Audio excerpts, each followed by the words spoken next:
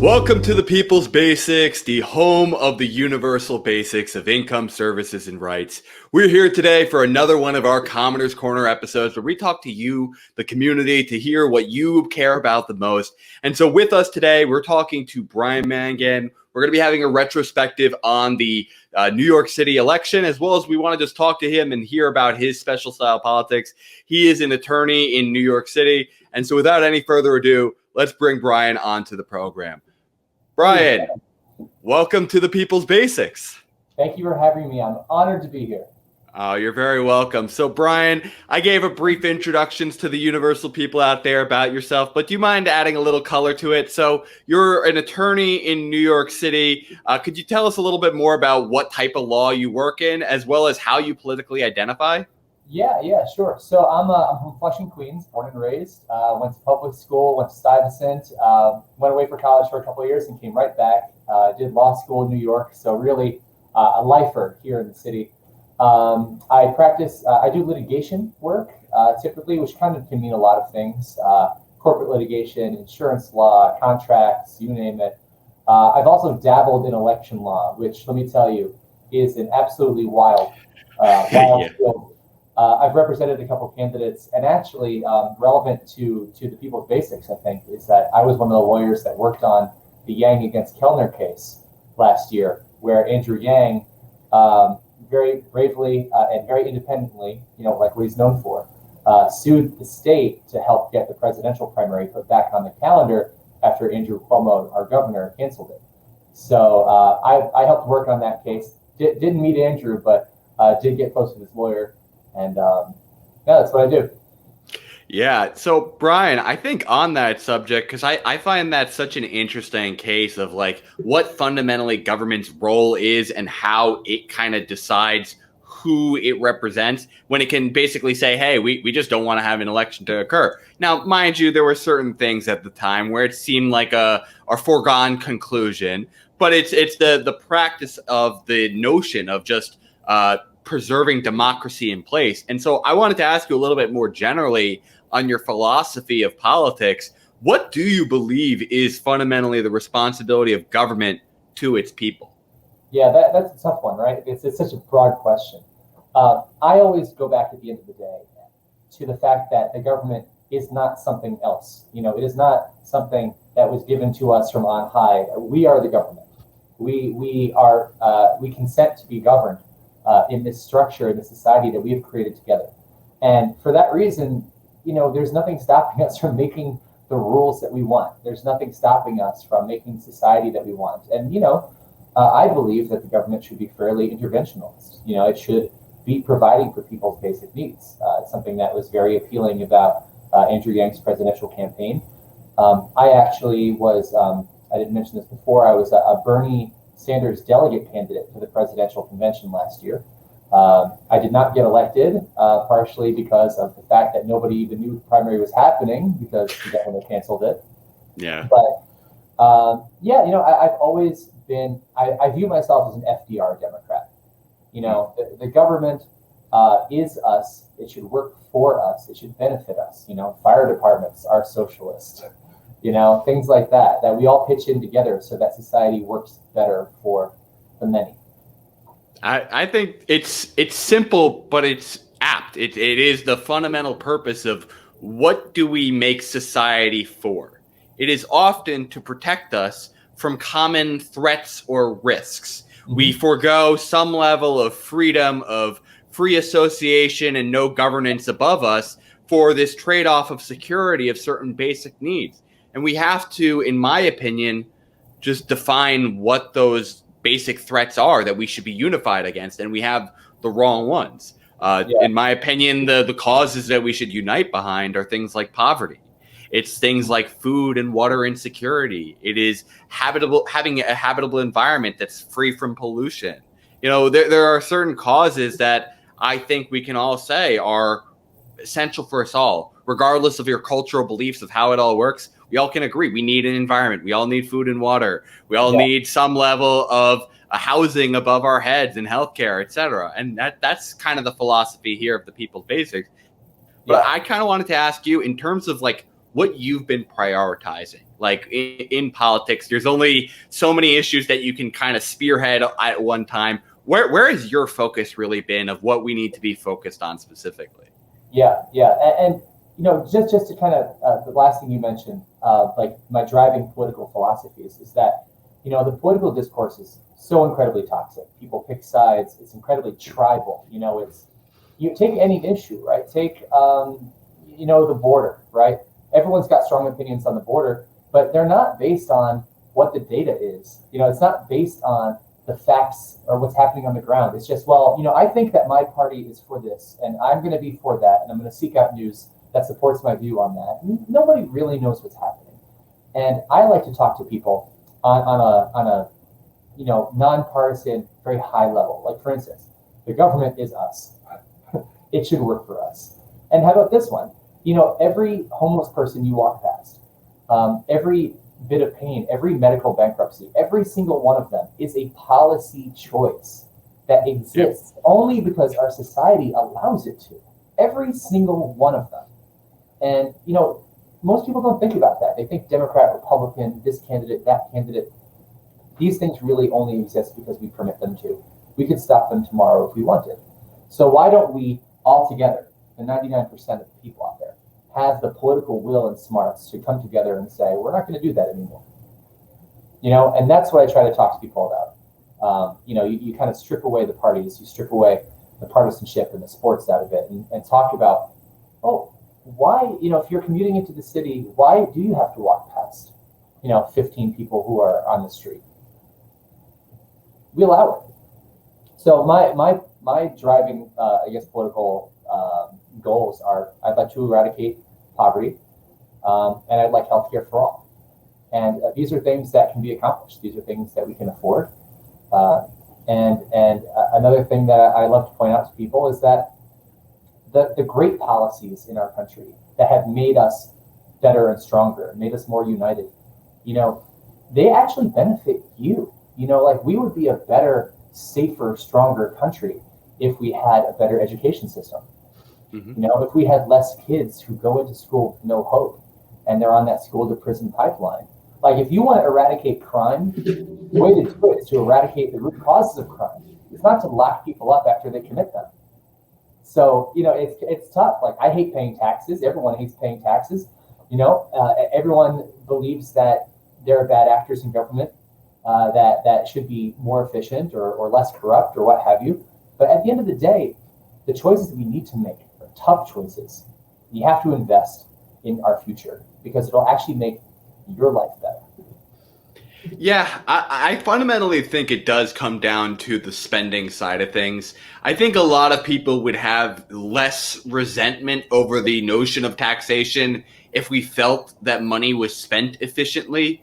I don't feel like a lot of people get to actually kind of feel government's impact on their lives sometimes because, in my opinion, very often the way government has structured our welfare system and the way it tries to support its citizenry is through means-tested programs. It's usually a safety net for when you fall. And so for a lot of people who may be still struggling but are keeping a job still, their head's barely above water, but it's above water, they don't see this kind of broken abyss underneath, and they see that, hey, I'm paying taxes to afford these services that I don't often get myself.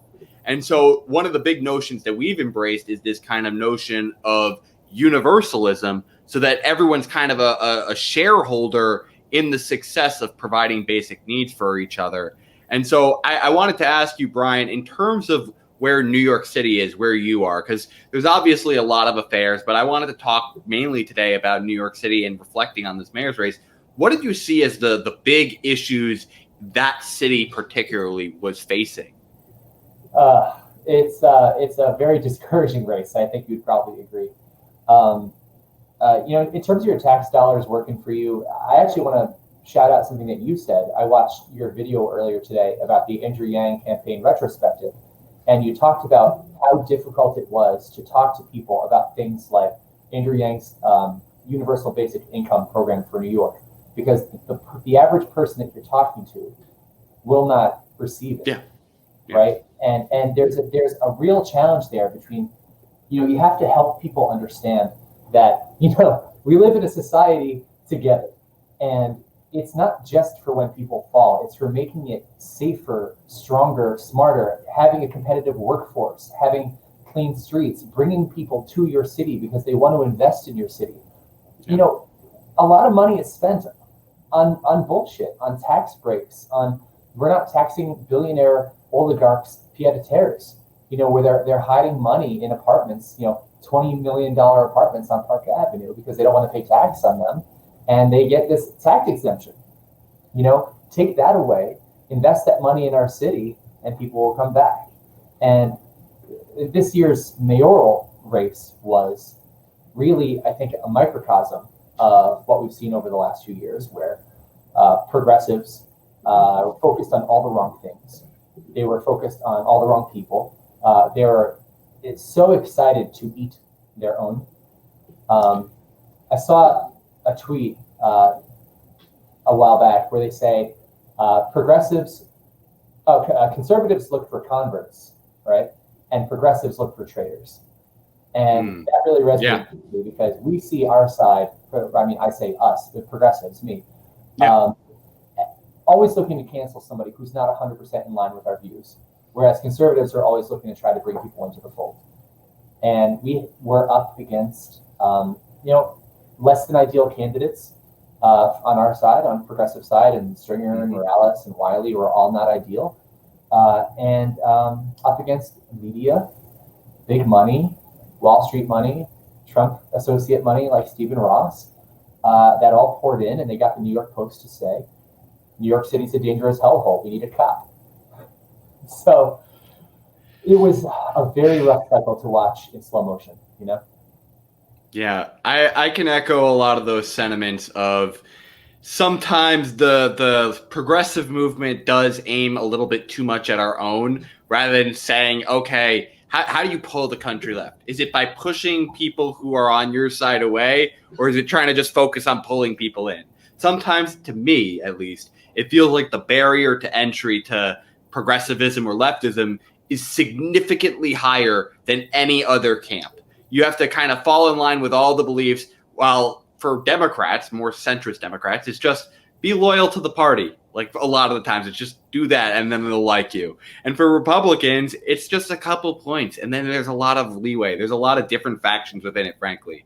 But I think you're right that it does come from focusing on turning our movement into a politics of attraction rather than repulsion. And I think you're right that there was a lot of interest to push this narrative of crime, where it's an interesting dynamic in New York City where total crime didn't go up, but it was specifically shootings and certain types of violent crime that were going up. And it was kind of a media looking for a new story as COVID worries started to become less appealing to people after the vaccine started to roll out and more people were getting covered.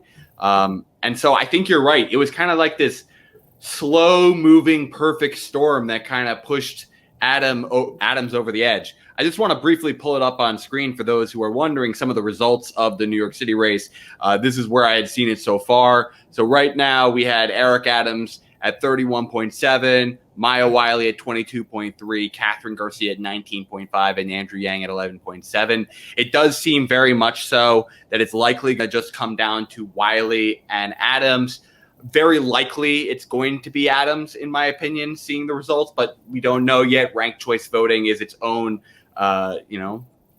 special beast in its ways, but I think it's safe to kind of predict that it's leaning that way. I wanted to ask you, what do you think about Adams' message resonated? Was it just a lack of focus on his downsides? Is it just purely that the media was, as you said, ramping up this narrative on crime? Do you think it just fundamentally comes down to crime for him? Yeah, one thing that I have learned doing politics, I kind of came to politics late in life. I'm not from a politically engaged background. Didn't major in poli-sci like some of these political folks do. I got involved really about 2014. That's when I started getting engaged in my local political club.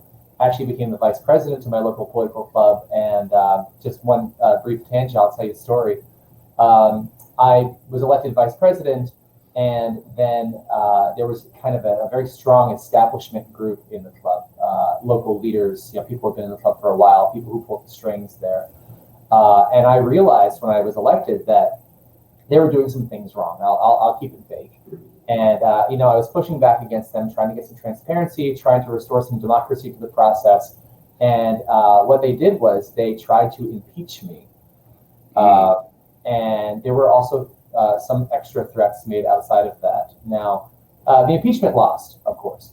I got it thrown out immediately by a bunch of people who were paying attention. But it was enough that they brought it up, that they were able to kind of like run out the clock on my term until I was so frustrated and so disgusted with it that I ended up just leaving. So I actually started a group myself. I'm one of the founders of Upper East Side Progressives. And we are in Our Revolution in Naipan chapter and doing incredible work, very progressive for the New York Health Act, for stopping wage theft and things like that. But the local Democratic establishment in this city, Manhattan is one of the best boroughs, actually. Brooklyn is way worse. I'm getting into Eric Adams. But there is a lot of work to do. And what it really requires, it's not sexy and it's not fun. It's not going to catch a lot of headlines. We need people involved. You've got to get the people who are politically disengaged because they think they're all corrupt, right? Well, if you think they're corrupt and you decide you're not going to be part of the process, who's left? Who's left making those decisions? It's those people. Anyway, so one thing that I've learned is that people are highly non-ideological. You think, well, the conservatives are going to go for Adams and the progressives are going to go for Wiley. And, you think they're going to sort like that. But you see a lot of people whose ballots are, well, number 1, Andrew Yang, number 2, Wiley, number 3, Adams. And you're like, what does this person even think? Right? Yeah. And people voted for Eric Adams because they trust him. He has a great story. He's been around for a long time. He has high name recognition. He's a black ex-cop who had a reputation for anti-racism work within the department. That sells. And he's convinced people that, he's going to work for them. And, Maya Wiley was my candidate at the end. And she definitely has this kind of smarmy eliteness about her that will not convince a lot of people that she's going to really roll up her sleeves and kick ass. And I can't blame them for that. Yeah, it reminds me of this one conversation that I had with a voter in New York City when I was phone banking. It is exactly as you said, that kind of having been there, as well as a narrative of having been kind of on the nuanced approach of saying we need cops, but we need them deeply reformed. This is something that I was speaking to a voter who happened to be a black woman from the area her whole life. And that she echoed time and time again that Eric Adams simply was there. He was at the vigils. He knew where the community had a need. And so it's something that's really hard to kind of beat, is especially with a lot of these more moderate voters and regular voters. It's just that kind of presence being there. And so one of the things that I took away from this election is that I just fundamentally think you can't just be running from one election to another. You have to kind of just firmly plant the flag and stay in the communities, constantly organizing with people and spreading the message that you're building trust because you've been there. You're not going to be running away because you've just been there. And so that's a big thing that I learned this election. But I kind of wanted to ask you, evaluating the field beyond Adams at the top, what did you think about like some of the tactics that were happening at the end, and this being like the first ranked choice voting election? How do you think ranked choice voting played into how the candidates kind of strategized this cycle at all? Because it was new for them all. It was a weird one, wasn't it? I mean, yeah, a little bit. I just want to say for the record, I like Andrew Yang. He wasn't my guy, but I encouraged everyone to rank Yang ahead of Garcia and Adams, even though on paper it's kind of a mixed bag. But you saw, you probably saw the breakdown of the exit polls and the votes and stuff. You see that Brad Lander, who was running for comptroller, very progressive, he won Manhattan, the gentrified areas of Brooklyn, Astoria. That was his coalition, and he won the race. Pretty big. And then you look at the mayoral race, and you have Adams with all the outer boroughs. You have Wiley with Brooklyn and Queens and parts of uptown Manhattan. But then you have Garcia taking the rest of Manhattan. So you basically have a lot of people out there who were Lander Wiley voters who are progressives. And then you have a lot of people who are Garcia Lander voters, right? Lander Garcia voters. And those people voted for the person who was probably the most conservative candidate in the race, in Catherine Garcia. On paper, her policies were to the right of Eric Adams. Most people didn't know that because most people aren't wonks and most people don't pay attention. What they do is they look at the candidate and they say, how does this person make me feel? You know, and they think, Garcia, well, she's competent and she wants to keep the streets clean and, you know, she seems responsible and I like that. And that's enough, you know? Yeah. So it's bizarre. That's honestly a very common reaction I got because, you know, when I was calling voters very frequently, I'll admit, I didn't get a lot of Adams voters on the phones. Apparently we weren't calling the right areas or something, but we got a lot of Garcia voters on the phone. And it did fundamentally come down to that.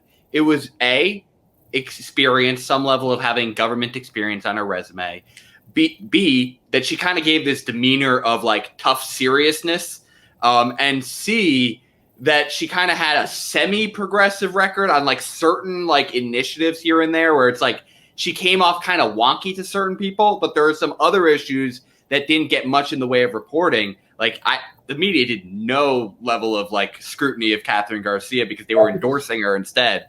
But it finally comes down to with her, like some people just also wanted the female representation too. And so they were like, okay, I'm more moderate than Wiley. I'm not a liberal. So I'm going to go with Catherine Garcia because I still wanted a woman. That's a lot of how I talked to voters when I heard Catherine voters.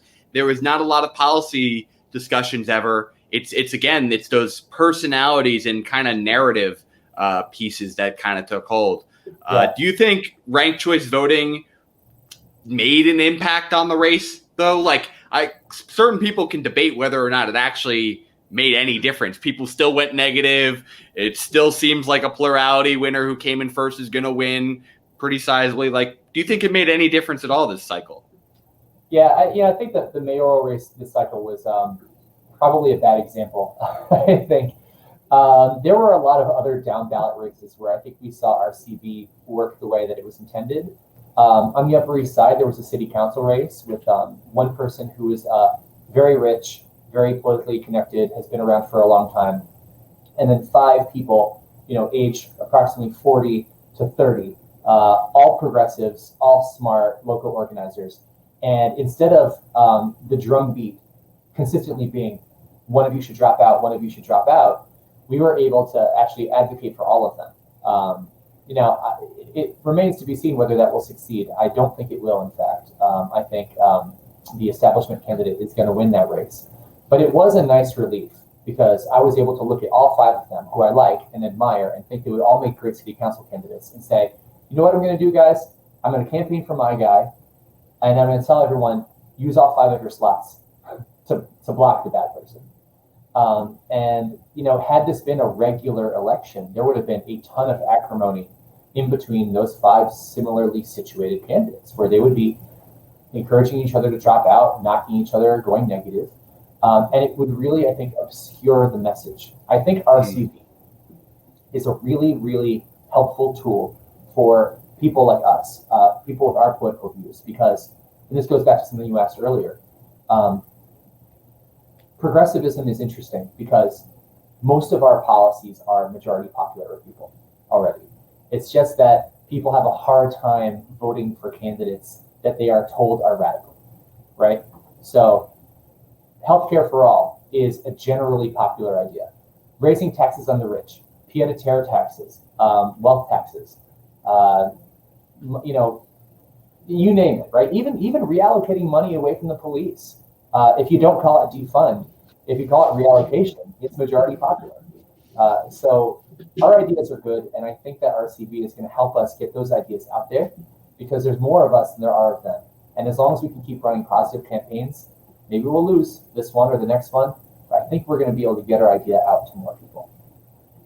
Yeah, I do think you are right that it is going to favor us holistically, RCV.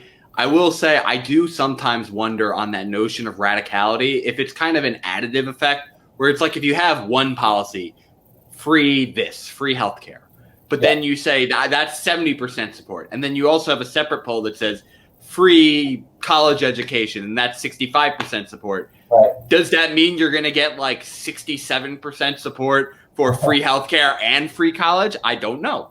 I sometimes wonder how that kind of relationship works because in my experience, when I talk to the people who frankly are more like liberals, not conservatives, in fact, more like moderate kind of liberal Democrats, a lot of it comes down to this kind of like being realistic and making almost false promises of like, oh, that's too much all at once. Like, we could do this one part of what you're saying, and I don't disagree with what you're saying in theory, but they love those increments. But I wanted to actually finish on one final question, which is a little bit different of note. And that's kind of just, I wanted to kind of reflect on how the quote labeled progressive candidates in the race, as you mentioned, Morales, Stringer, Wiley, how it kind of ended up in that coalescing around someone like Wiley and how the progressive movement kind of reacted to certain controversies that both Morales and Stringer faced through the process. How do you think those kind of circumstances were handled? The accusations against Scott Stringer in regards to sexual harassment, as well as the union busting allegations against Diane Morales. How do you think the progressive movement reacted to those circumstances, and how do you think they should have reacted if there is any difference? Yeah, well, it really was the perfect storm, right? Because I'll even take you back before the campaign started. There are a lot of great progressives in New York City, a lot of people who have been organizing for a while that could have run for mayor.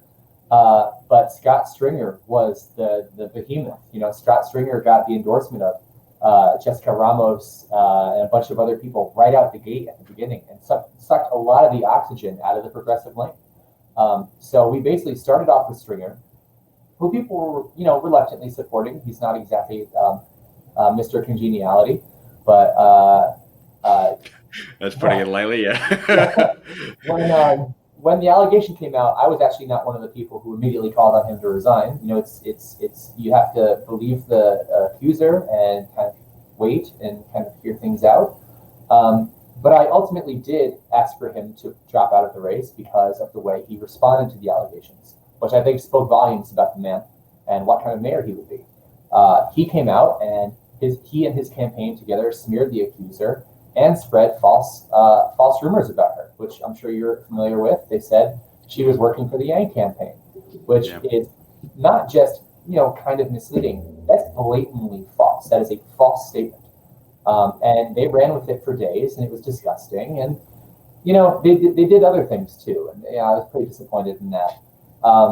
With Morales, it's hard to say what happened. You know, even to this day, people are very a little hush hush. Yeah. It's a bummer. And then, of course, progressives online and the media. I mean, what they did was they chased around every little thing Andrew Yang did. You know, A-Train Gate and Times Square Gate and Bodega Gate. And even as somebody who, and this is kind of like, I guess, why we became friends, is that I was watching this as someone who was not supporting Yang as my number one and going, my God, this is insane stuff. This is crazy.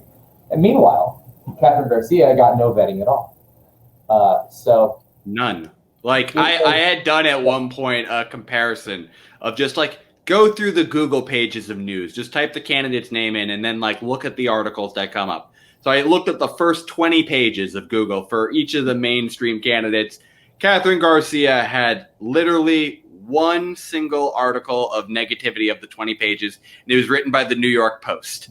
You had Eric Adams, who had roughly like 6 in the 20 pages, various outlets. And then you had Andrew Yang, who had 50 to 1. How do you compare with that media ratio? And then, like, I get some people will make the argument about the money situation of like, there's the super PACs involved. And I hear you. I didn't like that. That's really shitty to have to get involved with some of those right-wing kind of charter funding groups. But you also have to recognize that there was a lot of super PAC money going against the campaign. It was an 8-to-1 ratio of ad spending against Yang to Yang pro spending. And so that's kind of really hard to combat. But I think you're right that there was this kind of perfect storm of like each of these people kind of got funneled off, and then you had this kind of late consolidation by some of the more national figures coming in, making endorsements of Maya Wiley in the race. Like you had obviously AOC, who's still in New York City, so that's a little bit less of an example. But you got like people like Elizabeth Warren who came in. You had people like Julian Castro came in.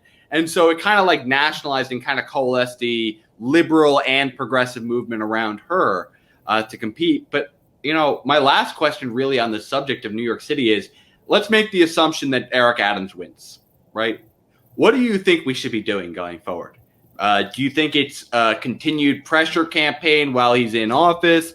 What do you think we do in the general election? What are your general thoughts? Yeah. And do I get to ask you a question? Oh, of course. We'll go into the final thoughts afterwards, of course. Okay, great. So obviously the work is always the same, right? We have to build power. If we don't build power, nothing matters. We can have the best ideas. We can have the ideas that are backed up by the research, the data. You know, like you have a constant stream of academic papers that come out to say Medicare for all is going to save us X number of dollars, and you have time after time the military spending, the taxation policies, the offshoring, the unsexy things like, hey, we need to hire more IRS people and have them audit the 1% rather than keep auditing people who receive public funds and welfare and things like that. So, I've spent a lot of time in the last decade sitting in small rooms with a small number of people talking about how right we are and how we need to win this election. And it does not matter. Does not matter at all. It is a popularity contest. We need to find candidates that can speak to real people, speak to them like human beings. We need to get the word out. And there's no substitute for knocking on doors, phone banking, growing our organizations. My goal for Upper East Side Progressives is not going to be to immediately put a pressure campaign on my elected official to do X or Y. It's going to be to expand the base of the number of people who are in Upper East Side Progressives.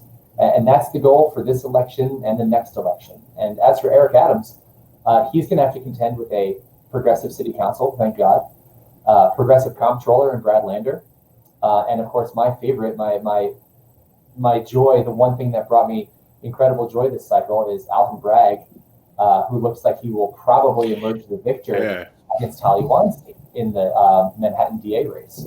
So thank God for that. He's a great candidate. She was awful.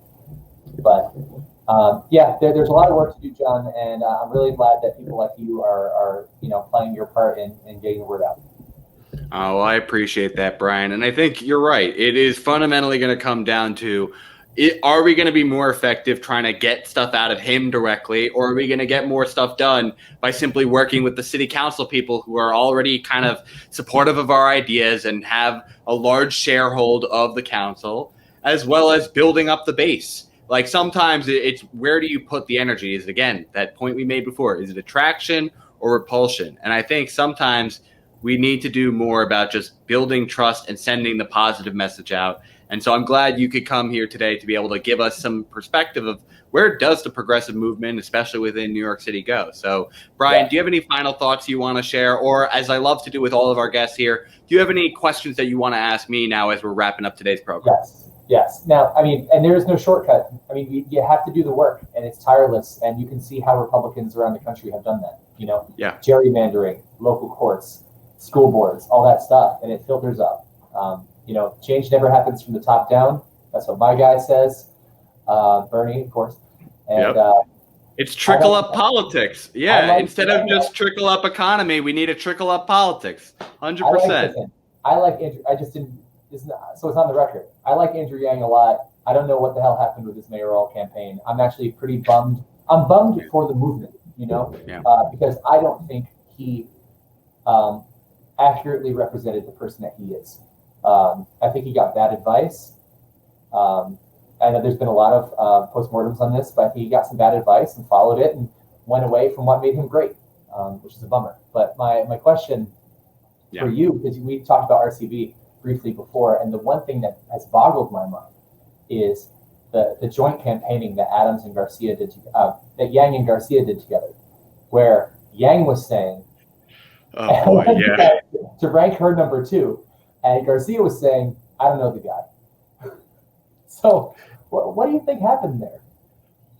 It's such an interesting situation. So I'll admit, at first when I heard this news that they were going to do it, I was very optimistic. Here I was thinking, oh, Catherine finally came around. She wants to issue her number 2 endorsement finally. Because Yang had been pretty consistent the whole race saying Garcia was his 2. But once I found out that she wasn't willing to issue that, I was like, that's weird. Like, why would you go do this kind of strategy if she's not willing to at least say that? And it's like, in retrospect, seeing the results, I feel like they must have had some internal results they weren't sharing. Like, yes, they may have been sharing a lot of internal results, but there was definitely some that they weren't. And they kind of had seen themselves as kind of already out of the race. And they were just trying to help Catherine, frankly, win and try to secure some favor with her and prevent Adams. Because I think he genuinely really dislikes Eric Adams. And I think he genuinely respects Catherine Garcia. I think from the get-go, and this is not just specific Yang Garcia, this is my general philosophy on RCV, never endorse someone as your number 2 if you don't think they're going to do it back. It just is a terrible thing ever. You seem weak. You make it basically seem like there are suitable replacements to you. And it shows weakness if no one's willing to reciprocate back. It's not mutual respect. It seems like you're sucking up. And so I really disliked how that kind of whole situation played out. And there were certain things that also kind of came out later on when he released a podcast and we find out that he's podcasting like the night before the election. And I'm like, he must have known at some point that he wasn't going to win. And I'm trying to figure out more and more when that point was, because, he still obviously campaigned, but there was definitely a point where he started to pivot to, I need to secure my path post-election rather than trying to win. Because that's all I can come up with, because there's no good reason for him doing that event other than he gave up and wanted to curry favor with Garcia and try to stop Adams. That's all I got, frankly. Interesting. But yeah, I hope I answered your question. I think there's a maybe a 1 in 15 chance that Wiley pulls it out. I mean, we'll see how many Garcia voters are truly progressive Manhattanites or whether they are keep the street clean. I don't really care what happens to the rest of you guys. That's going to be an interesting one to me, because I think Garcia's base was kind of the most eclectic mix of, like, there was some moderates, but there was also some people who were just like, how do I put it? Like, they were identitarian voters. I met a ton of people who said the number one reason they picked her was that she was a woman. Like, I'm not just trying to throw it out there as an excuse. I've talked to voters. I canvassed houses. I talked to the folks. And that's the main reason. She's an experienced woman. She must be competent if she made it this far. Maya Wiley is also a woman. People seem to I know. But they attach the de Blasio and the liberal labels to her. And for some, that's a turnoff. But we'll see. I hope you're right. I have a disagreement on Garcia versus Adams compared to you. I think there are certain aspects of her policy that I do like. But I hope Wiley beats Adams. I don't think Garcia has a chance at this point from what I've been seeing. And it does seem like it's coming down to Wiley and Adams. And I hope it's Wiley, because, boy, I don't want to have an Adams versus Sliwa race. Like, that's sad for New York City. Like, I'll admit, like, this is actually the last thing I want to make a note while we're wrapping up. Sliwa made a whole, specific reach out to Yang Gang recently. And I am seeing him as an opportunistic man that I would like to take advantage of. That's all I'm going to say. I would love to get the narrative out there of a Republican supporting universal basic income, but I'm done with the New York City mayor race for this cycle. I'm just going to put it that way. I think most New Yorkers in politics, most of us have a little personal history with Curtis Sliwa, and I'll save it for another day. But I got some fun stories about him. Well, we would love to hear them another time, Brian. But thank you so much for coming on today to be able to share your thoughts on the New York City mayoral race. We really appreciate you taking the time. Keep up the good work. We got to get those views out there. Oh, well, I really appreciate that, Brian. Have a great rest of your day, man. Bye. Okay, everyone. So that was Brian Mangan. Again, we are going to include all of his information in the description section down below. So if you want to go follow more of his thoughts and you're in New York City looking to organize too, please go follow him. As well, you're going to find in the description section down below our Linktree link so that you get connected to everything in the movement, from all of our content to all of our communities. So with that being said, please make sure you subscribe so that you're notified of all of our upcoming content. Hit that like so that you help us boost our content to the algorithm gods.